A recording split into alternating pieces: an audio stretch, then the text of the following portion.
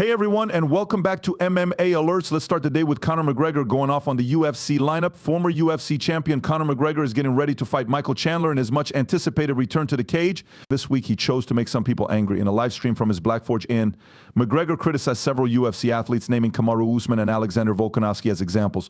Also, McGregor called out Ilja Topuria, who was just crowned featherweight king, without holding back. McGregor also fired several shots at Topuria, ending his run as champion, and at Artem Labov, who used to be a friend.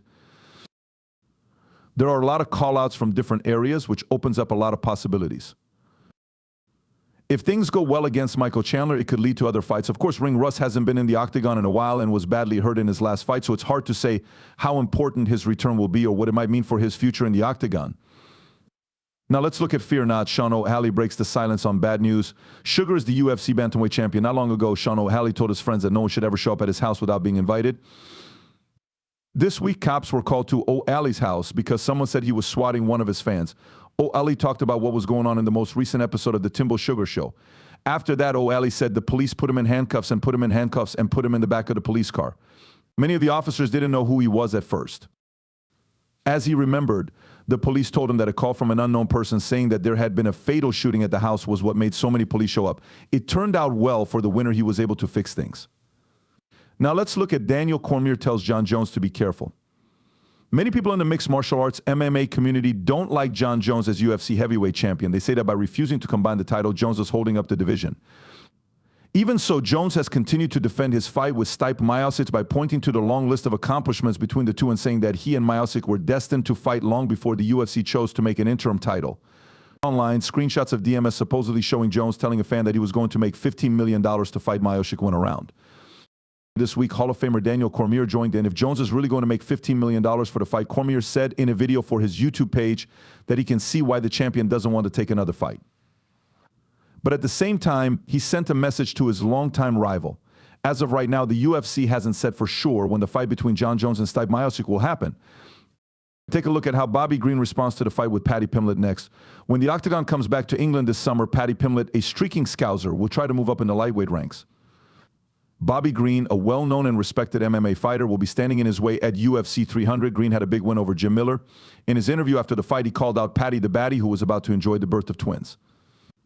Based on their ranks, Pimblett and Manny Moicano could have fought, but the UFC chose to book Pimblett for a fight with Green at UFC 304 this summer. Green talked about the fight on the MMA Hour before it happened. From what I can tell, Pimblett's goal is to beat Bobby, who is ranked 15th. Green, which would put him in the top 15 and give the baddie a chance to fight Gennaro Moicano, who is ranked 10th now. Next, let's look at Leon Edwards' plan to fight Conor McGregor. If Conor McGregor beats Michael Chandler at UFC 303, it sounds like he could fight welterweight king Leon Edwards later this year. This week, both McGregor and Edwards talked about the issue. During his appearance on the MMA Hour, Edwards said that the fight might happen. During the live stream at the Black Forge Inn that was already mentioned, McGregor talked about how Edwards held the title, the welterweight title, and the BMF belt are the only things that matter to McGregor at this point in his career. As he also said, in the event that both athletes win, a fight could happen later this year. Let's change gears and look at Chael Sonnen talks about his plans to fight Jorge Masvidal. An UFC legend named Chael Sonnen had already made it clear that he would settle things with Jorge Masvidal quickly if Nate Diaz had to back out of his planned boxing match with him. At this point, it looks like Masvidal and Sonnen will fight later this year no matter what. Sonnen talked about his upcoming fight with Anderson Silva on a recent episode of Good Guy, Bad Guy with Daniel Cormier. He said that it's just a step towards his final goal of beating Jorge Masvidal in the ring later this year. Or where I want to box Daniel all my life, I'm going to do something with Jorge Masvidal. For the sake of full disclosure, I have something coming up with Jorge Masvidal in October of this year. It's been coming up ever since ESPN locked me up in Miami at $299 to try to keep me safe from Jorge Masvidal.